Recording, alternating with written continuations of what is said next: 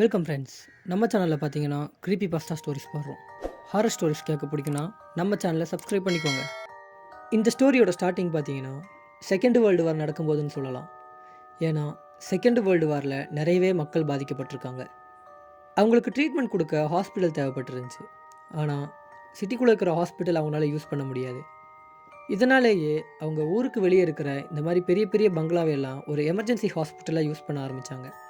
இந்த emergency hospital எல்லாம் போதிய வசதி இல்லாதனாலேயோ மருந்து இல்லாதனாலேயோ நிறையவே மக்கள் இறந்து போயிருக்காங்க.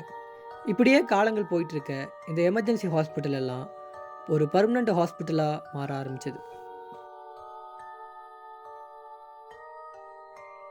இப்படியே நாட்கள் போயிட்டுருக்க ஒரு நாள் நைட்டு டாக்டர் ரெகுலர் ரவுண்ட்ஸ் போகிறாரு.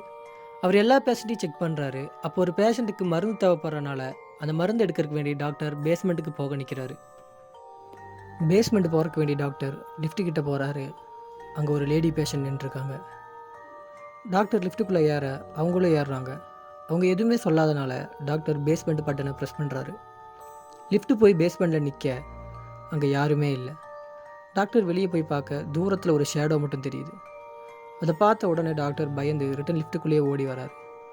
ஓடி வந்த அந்த லேடிக்கிட்ட நீங்கள் அதை பார்த்தீங்களா, அவங்க கையில் ரெட் கலர் டேக் இருந்துச்சுன்னு சொல்கிறாங்க. அவங்க ரெட் கலர் டேக்னா என்னன்னு கேட்க, இறந்தவங்களோட கையில் ரெட் கலர் டேக் மாட்டுவாங்கணும், உயிரோட்டு இருக்கிறவங்களோட கையில் க்ரீன் கலர் டேக் மாட்டுவாங்கன்னு சொன்னார். இதை கேட்ட அந்த பெண் பயத்தில் கத்த ஆரம்பிச்சிட்டாங்க. ஏன்னா அவங்க கையில் இருந்தது ரெட் கலர் டேக். இதை பார்த்த டாக்டர் பயத்தில் உறைஞ்சிட்டாரு. ஏன்னா அங்கே இருந்தது பெண்ணே இல்லை, அது ஒரு பேய்.